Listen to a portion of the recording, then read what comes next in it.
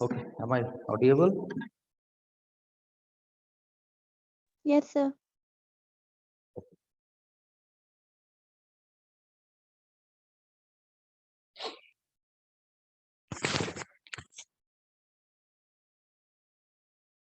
जैसे कि हम लोग डिस्ट्रीब्यूशन फैक्टर को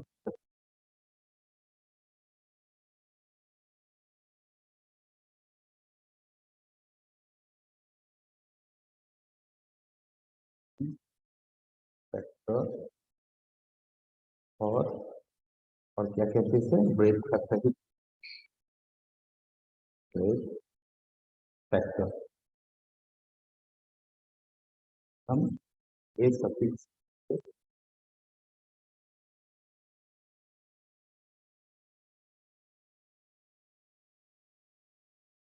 तो डिस्ट्रीब्यूशन फैक्टर मैंने बताया, इसका डेफिनेशन मैंने बताया था कि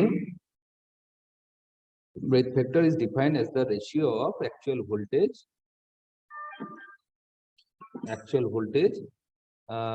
obtained to the possible voltage if all coil of a polar group were concentrated in a single slot. ठीक है, तो बेसिकली एक्चुअली होता क्या है यहाँ पर हमने दो वाइंडिंग के बारे में बताया था, एक होता है कॉन्सेंट्रेटेड वाइंडिंग, एक डिस्ट्रीब्यूटेड वाइंडिंग। सो डिस्ट्रीब्यूटेड वाइंडिंग का जो वोल्टेज होता है एंड कॉन्सेंट्रेटेड वाइंडिंग का जो वोल्टेज होता है, दोनों का जो रेशियो होता है उसको हम डिस्ट्रीब्यूशन फैक्टर और ब्रेथ फैक्टर कहते हैं। ठीक है, सो एक का तो फेजर सम होगा और एक का एरिथमेटिक सम होगा। सो फेजर सम किसका होता है मैंने बताया,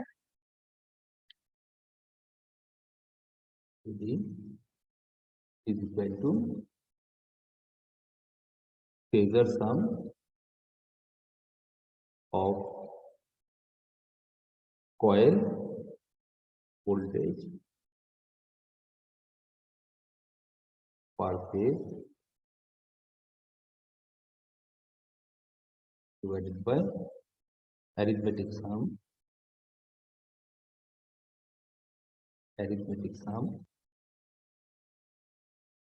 of coil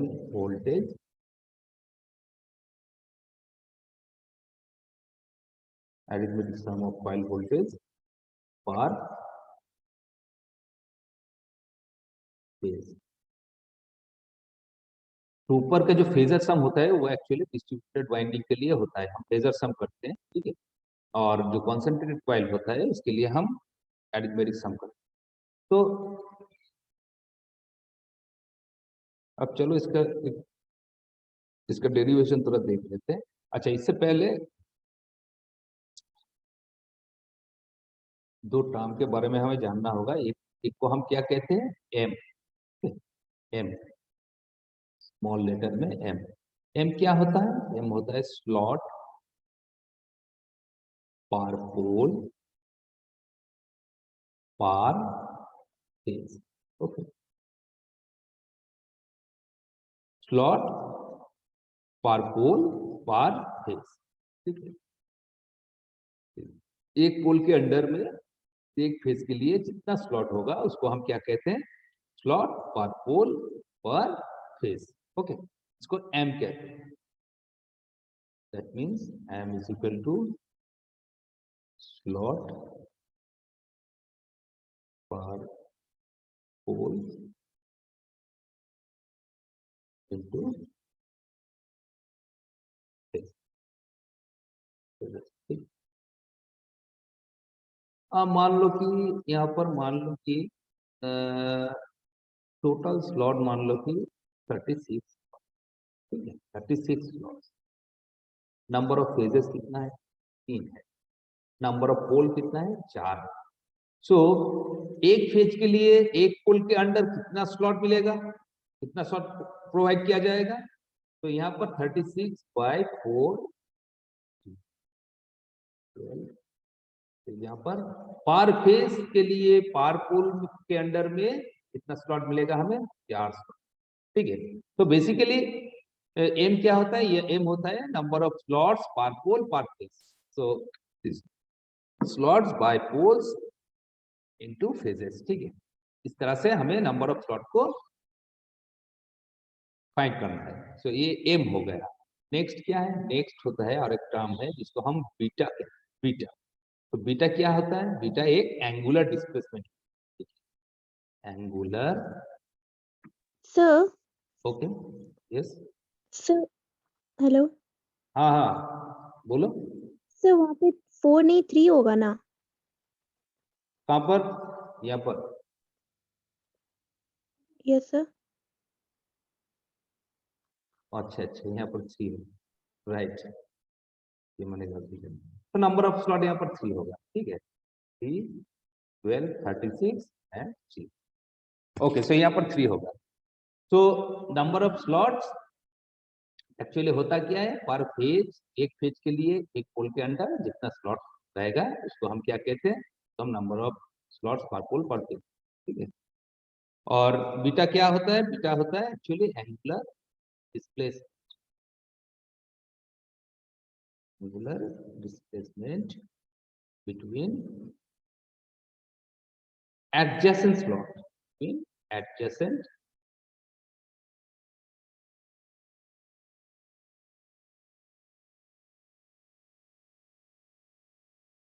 in electrical दिया जाता है, ठीक है।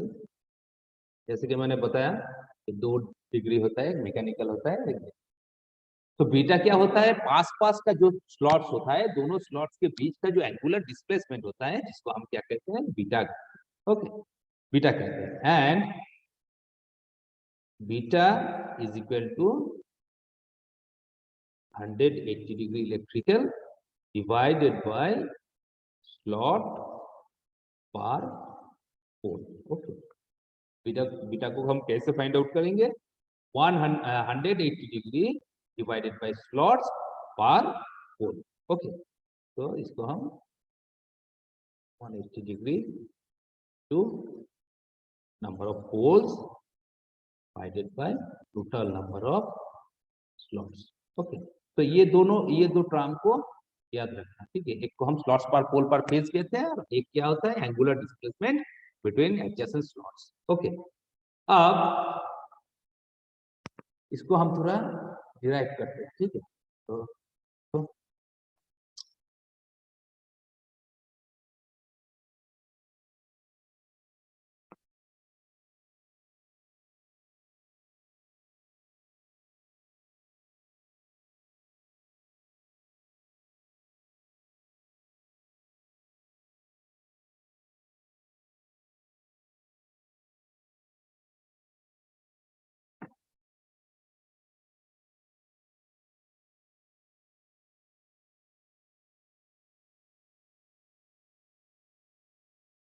मिसाल के लिए, ठीक है।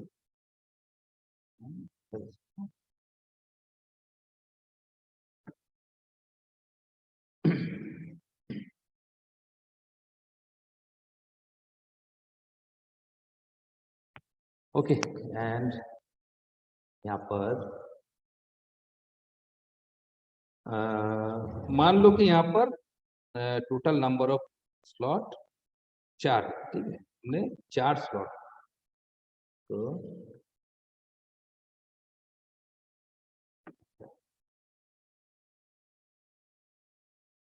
यहाँ पर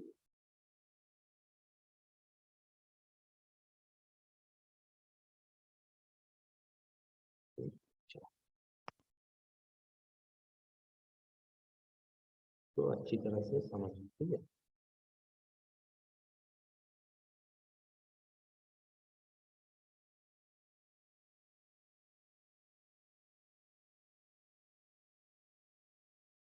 ये क्या है, ये चारों के चारों जो है इंड्यूस्ड वोल्टेज है, ठीक है, इंड्यूस्ड वोल्टेज हर एक स्लॉट। देखो ये तो डिस्ट्रीब्यूटेड वाइंडिंग है, सो डिस्ट्रीब्यूटेड वाइंडिंग, वाइंडिंग को हमने चारों स्लॉट में डिस्ट्रीब्यूट कर दिया, ठीक है। तो चारों स्लॉट में डिस्ट्रीब्यूट कर दिया मतलब हर एक स्लॉट के अंदर वोल्टेज इंड्यूस्ड होगा। जैसे कि कॉन्सेंट्रेटेड वाइंडिंग जो होता है, कॉन्सेंट्रेटेड वाइंडिंग क्या करते हैं, हम एक ही स्लॉट के अंदर उसे रखते हैं, तो एक ही स्लॉट के अंदर जो ईएमएफ इंड्यूस्ड या फिर वोल्टेज इंड्यूस्ड होता है उसका एरिथमेटिक सम हम कर देते हैं। लेकिन यहाँ पर डिस्ट्रीब्यूटेड कॉइल लिया है, सो डिस्ट्रीब्यूटेड कॉइल का जो ईएमएफ इंड्यूस्ड होगा, तो 4 स्लॉट का ये ईएमएफ इंड्यूस्ड है। और यहाँ पर जो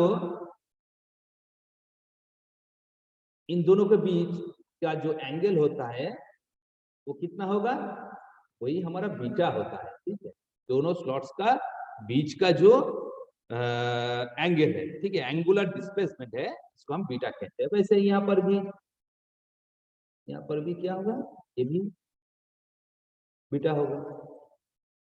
देखो अगर ये कॉन्सेंट्रेटेड वाइंडिंग होता तो ये जो वोल्टेज है सेकंड स्लॉट का, ये जो वोल्टेज है ये यहाँ पर नहीं रहता, ये इसके साथ सेम फेज में रहता, ठीक है, यहाँ पर रहता, तो उसको हम एरिथमेटिक सम कर देते। लेकिन यहाँ पर डिस्ट्रीब्यूटेड वाइंडिंग है और दोनों स्लॉट के बीच का जो एंगुलर डिस्प्लेसमेंट है वो कितना है, बीटा है।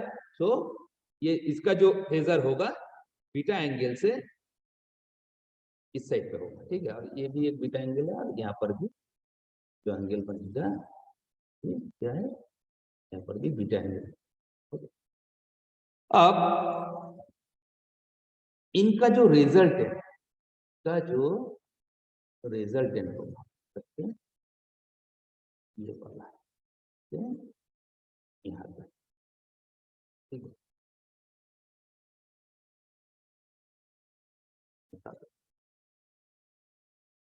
ओके, ये हो गया इनका रिजल्टेंट। अब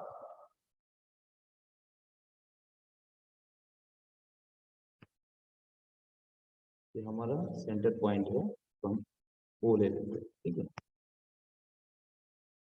एंड यहाँ से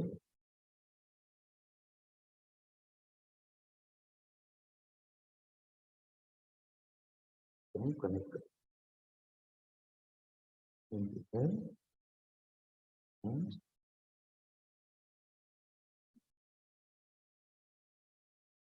ओके।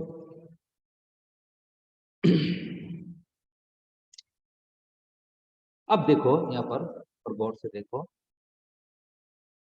यहाँ पर जो एंगल बनेगा वो कितना बनेगा, बीटा ही बनेगा, ये एंगल बीटा बनेगा, ठीक है।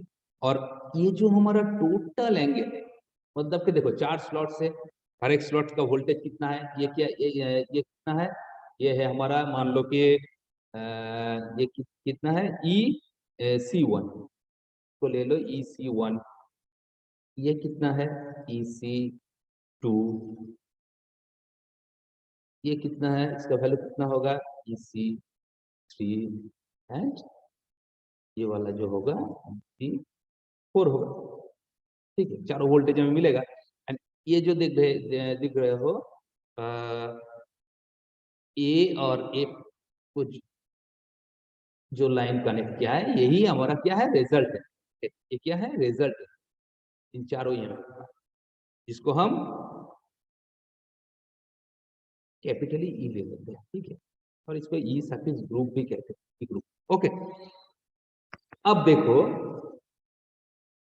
इस पॉइंट पे एफ एंड ए का बीच का जो टोटल एंगल बनेगा, यहाँ पर सेंटर पॉइंट पे क्या है, वो है। अब यहाँ पर टोटल जो एंगल बनेगा, मान लो ये एंगल हमारा, ये वाला एंगल कितना होगा, नंबर ऑफ स्लॉट कितना है, m है, m यहाँ पर 4 है, ठीक है, तो m beta, m beta total, क्योंकि ये बीटा है। अगर यहाँ से यहाँ तक एक लाइन को हम ड्रॉ करेंगे, यहाँ पर जो एंगल मिलेगा वो भी बीटा मिलेगा, उसके बाद ये भी बीटा मिलेगा, तो हर एक एंगल का वैल्यू कितना है, बीटा है, और टोटल यहाँ पर नंबर ऑफ स्लॉट कितना है, m है, सो टोटल एंगल कितना बनेगा, m बीटा। यहाँ से यहाँ तक टोटल जो हमारा एंगल बनेगा ये कितना बनेगा, बीटा। तो ये टोटल एंगल अगर बीटा होगा तो इसका अगर मान लो कि यहाँ से हम एक मीडियन ले ले, तो मान लो कि मीडियन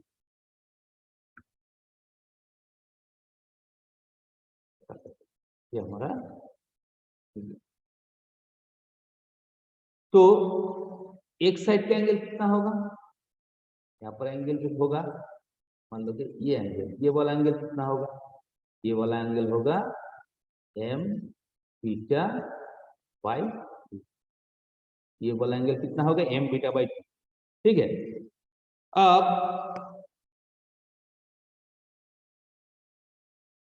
इसके ऊपर अगर हम एक मान लेते हैं, यहाँ पर एक क्या नाम है, ठीक है, इस पॉइंट का, अच्छा ये हमारा एम है, एम, ओके, ये हमारा एम है। अब देखो, अब गौर से देखो कि एरिथमेटिक सम, अगर यहाँ पर ये तो डिस्ट्रीब्यूटेड वाइंडिंग है, अगर यहाँ पर अगर हम कॉन्सेंट्रेटेड वाइंडिंग को लिया होता तो arithmetic sum of total voltage कितना होता, arithmetic some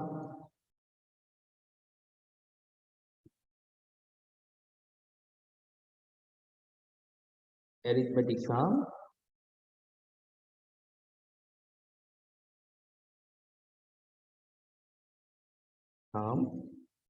of individual coil voltage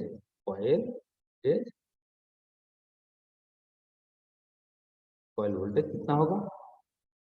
देखो ये क्या है, ये मान लो कि ये हमारा EC1 है, ये EC2 है, EC3 है, EC4 है, ये सारे के सारे सेम ही है, इसका मैग्नीट्यूड सेम ही है। तो EC1 equal to EC2 equal to EC3 equal to EC4, जितना सारा सब क्या होगा, एक फेज में ही रहेगा, ठीक है।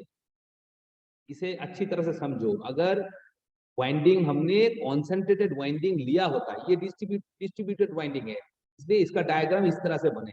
अगर कॉन्सेंट्रेटेड वाइंडिंग होता तो सब देखो एक के बाद एक ही सेम फेज में होता।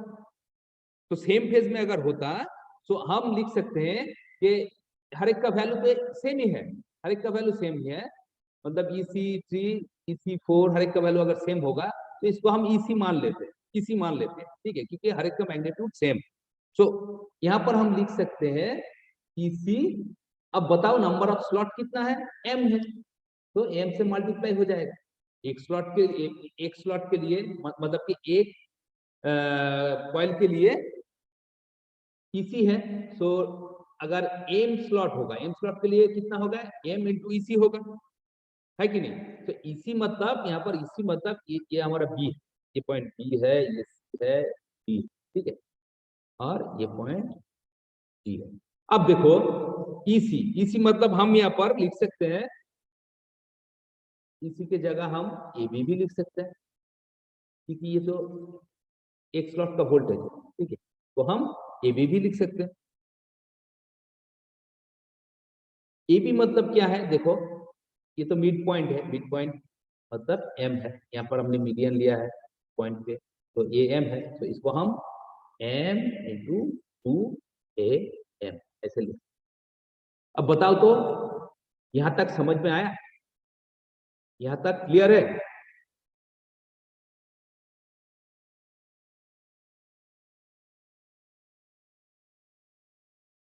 सर ये वाला फिर से समझा दीजिए, तो MEC और MAB कैसे लिए?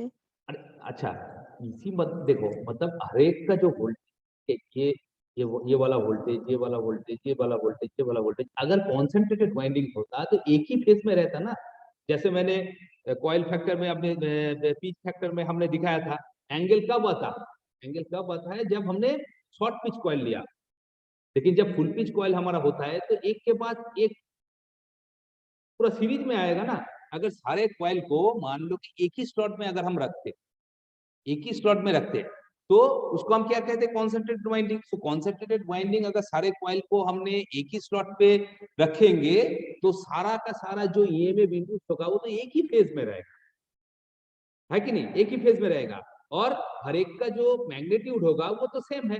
इसलिए हमने ये EC1, अच्छा EC1 मान लो कि ये EC1 है, EC1 ही ले, ठीक है, इसको हम EC1 EC2 EC3 EC4 को हमने EC मान लिया, लेकिन तुम इसे EC1 यहाँ पर लिखोगे तो कोई प्रॉब्लम नहीं, ये EC1 ही है।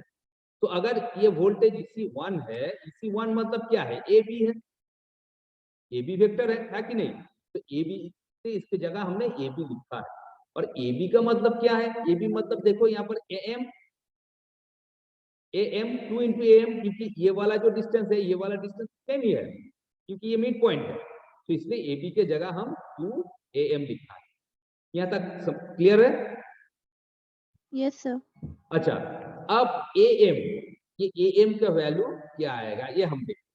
अच्छा, अब देखो ये जो हमारा जो ये टोटल एंगल है, ये एंगल कितना है, AOB, ये एंगल कितना लिया है बीटा, ये बीटा है ना। अब यस सर। ये वाला एंगल कितना होगा, ये वाला एंगल होगा बीटा बाय 2, ये वाला एंगल बीटा बाय 2 होगा। अब देखो यहाँ पर अगर इसका साइन ले, अगर हम साइन बीटा बाय 2 मतलब साइन थीटा, तो बताओ तो यहाँ पर किसका रेशियो बनेगा। एक तो यहाँ पर हाइपोटेन्यूज है, यहाँ पर क्या है, परपेंडिकुलर है, ये तो हमारा बेस हो गया क्योंकि ये एंगल जो है ये हमारा 90 डिग्री है। तो अब ये जो एंगल, इसका अगर हम साइन लेंगे, किसका किसका रेशियो बनेगा बताओ।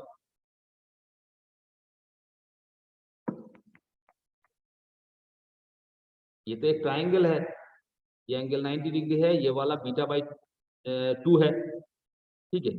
सो साइन बीटा बाई 2 कितना होगा बताओ। AM by OA. AM by AM, AM by O, AM by O, okay. So AM कितना आएगा, AM आएगा AM कितना आएगा, sign beta by 2, sign beta by 2 OA, so OA sign beta by 2। अब यहाँ पर AM की जगह इस वैल्यू को इसको पुट कर दो तो क्या आएगा, M, अच्छा 2M, AM की जगह हम बिठा देंगे OA साइन बीटा बाई, ठीक है। 2M OA sign beta by, ये क्या है, ये वो है, O है। हाँ, तो ये हो गया हमारा arithmetic sum of individual coil voltage, arithmetic sum of individual coil voltage.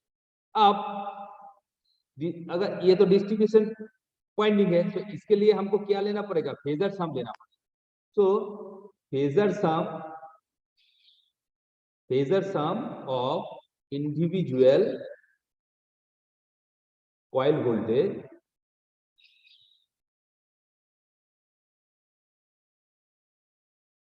Phasor sum of individual coil voltage, phasor sum क्या है बताओ, इंडिविजुअल कॉइल वोल्टेज का फेजर सम क्या है, यहाँ पर रिजल्टेंट क्या है सर AF है, रिजल्टेंट यहाँ पर क्या है, AF है। चारों वोल्टेज देखो AB, BC, CD and DF, चारों वोल्टेज का जो फेजर सम है या तो फिर हमारा रिजल्टेंट है वो क्या है, AF। अच्छा AF, इसका मिड पॉइंट, यहाँ पर तो मीडियन लिया है, तो इसका मिड पॉइंट जो है क्या है, G है, तो इसको हम ऐसे लिख सकते हैं 2AG, 2AG, क्योंकि AG एंड GF दोनों ही सेम है, दोनों डिस्टेंस देखो सेम है, तो AF की जगह हम 2AG लिख सकते हैं। अब यहाँ पर देखो AG, ये वाला क्या है, OA। अच्छा, यहाँ पर ये जो एंगल बनेगा मतलब के कौन सा एंगल, GOA, GOA, इस एंगल का वैल्यू क्या है, GOA, बताओ।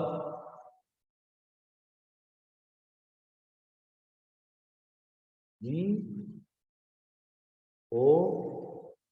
ये वाला जो एंगल, ये एंगल कितना होगा, टोटल कितना है,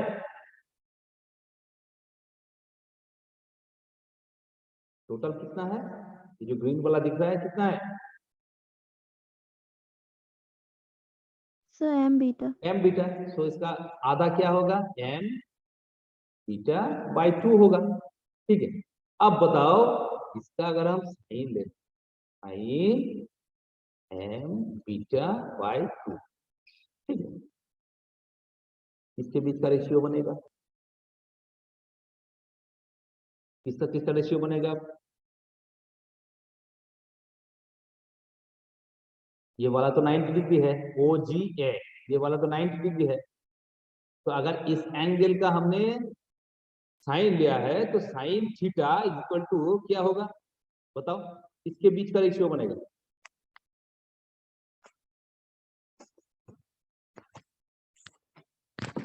ए G by O A, A G by O ए। तो यहाँ पर क्या होगा, ए जी, यहाँ पर क्या है, sine M beta by 2, okay, equal to A G by O A, ठीक है, ए जी बाई ओ ए। अब ए जी क्या होगा, यहाँ से ए जी हमें क्या मिलेगा, A G is equal to O A sine M beta by 2, ठीक है, ये एजी का वैल्यू है। अब यहाँ पर एजी का वैल्यू को, तो यहाँ पर क्या हो गया, 2 O A sine M beta by 2, ठीक है, तो ये हो गया हमारा phasor sum of individual coil voltage, ठीक है। अब केडी हमने क्या बताया, केडी किसके किसके बीच का रेशियो है, केडी, केडी किसका रेशियो है, अभी तो बताया मैंने, किसका रेशियो है, phasor sum by arithmetic phasor sum. Sum by arithmetic sum, ठीक है। सो यहाँ पर फेजर सम क्या है, ये वाला 2 ओ ए को ब्रैकेट में ले लेते, O A sine M beta by 2 divided by arithmetic sum क्या है, ये वैल्यू है, अरिथमेटिक सम क्या होगा, 2 M O A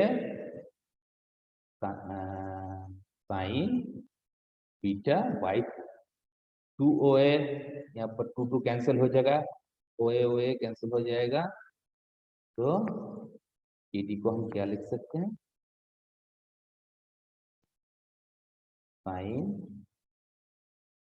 M beta by 2 divided by M sine beta by 2, sine M beta by 2 divided by M sine beta by, ये क्या है, ये हमारा केपी है, इसको अच्छी तरह से याद रखना है।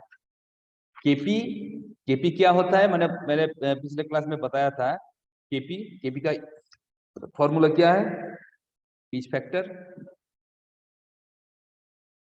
अरे कोई बताओ, पिच फैक्टर,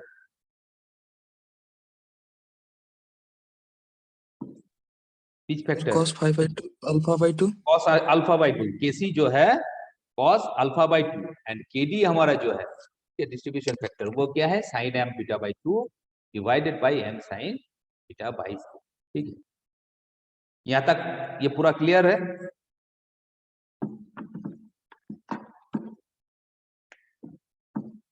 यहाँ तक क्लियर है ना, यस सर। हाँ हाँ या ना, यस सर। ओके। अब यहाँ पर देखो, एक छोटा सा अगर एक न्यूमेरिकल को लेंगे, छोटा सा, सो क्या होगा, अच्छा मान लो यहाँ पर छोटा सा 10 litre of a three-phase alternator has 9 slots per pole, okay, per pole, and carries a balance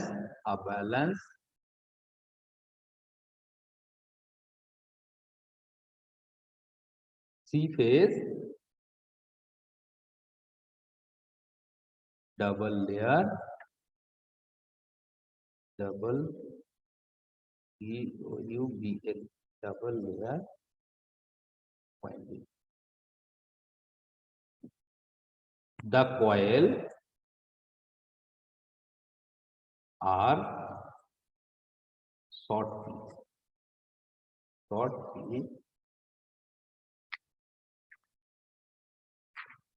piece and the coil pitch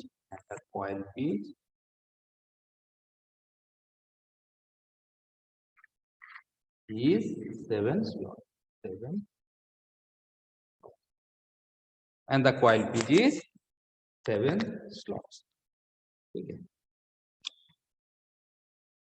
Find the distribution factor and pitch factor. Find the KD and KP. Find the KD and KP. ठीक है. अब बताओ यहाँ पर pitch factor कितना है. ठीक है, पिच फैक्टर यहाँ पर कितना है. पिच फैक्टर हम जानते हैं cos alpha by 2, cos alpha by 2. तो यहाँ पर हमारा जो देखो स्लॉट एंगल जो होता है, ठीक है, पहले देखो कॉइल पिच कितना है. कॉइल पिच कितना है यहाँ पर पहले हमें कॉइल पिच को डालना होगा. अगर हम देखेंगे तो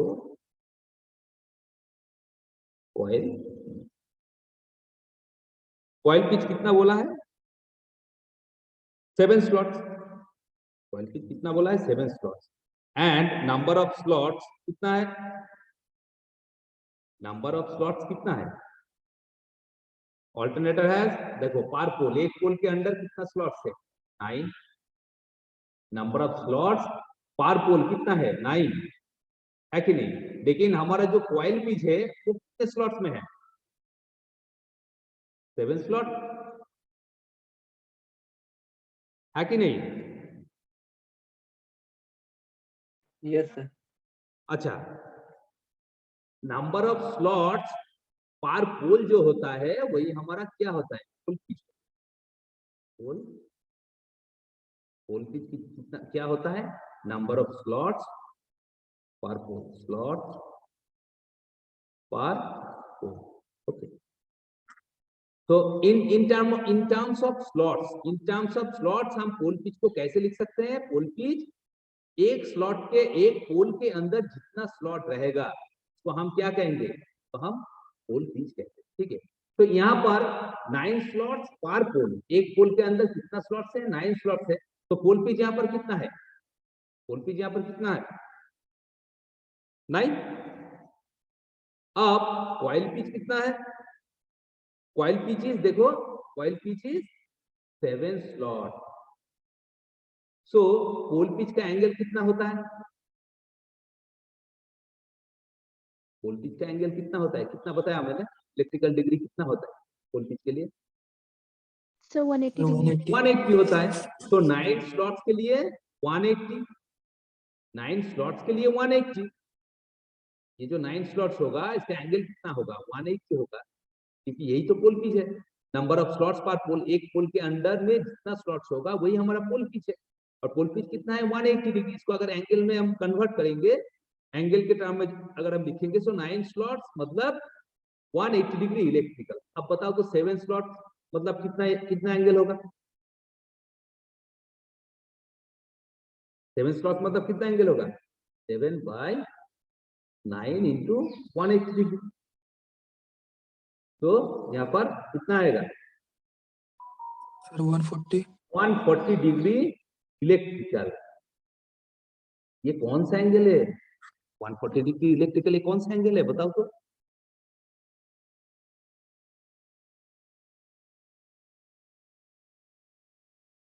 ये एन है, ये एस है, मैंने दिखाया ना।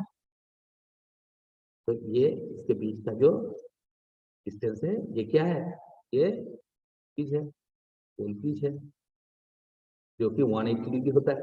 लेकिन कॉइल जो यहाँ पर है, कॉइल पिच 7 स्लॉट में, मतलब थोड़ा शॉर्ट हो रहा है। कॉइल पिच मान लो कि कुछ इस जगह पे, ठीक है। ये हमारा एस है, ये हमारा एस, ठीक है। यहाँ पर सॉरी, यहाँ पर एन है।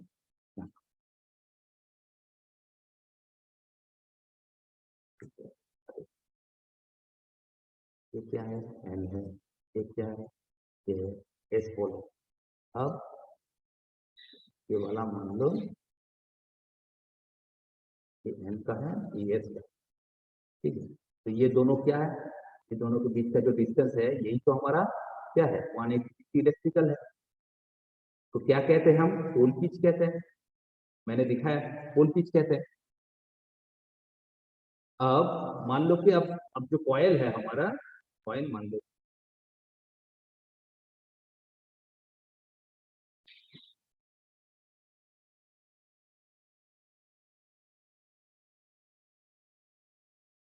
यहाँ पर है, और ये मान लो कि यहाँ पर,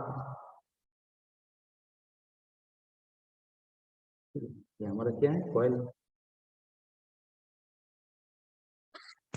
ये कॉइल है। तो यहाँ पर जो पोल पिच है, पोल पिच कितना है? 9 स्लॉट, मतलब दोनों पोल के बीच में कितना स्लॉट होगा? नंबर ऑफ स्लॉट 9 है, ठीक है, 9 स्लॉट। लेकिन कॉइल जो है, कॉइल सिर्फ 7 स्लॉट में ही है, 7 स्लॉट में क्या है? कॉइल। और इसका इलेक्ट्रिकल एंगल कितना होगा? ये देखो 140 डिग्री। तो ये क्या है? यही हमारा कॉइल पिच और कॉइल स्पैन है।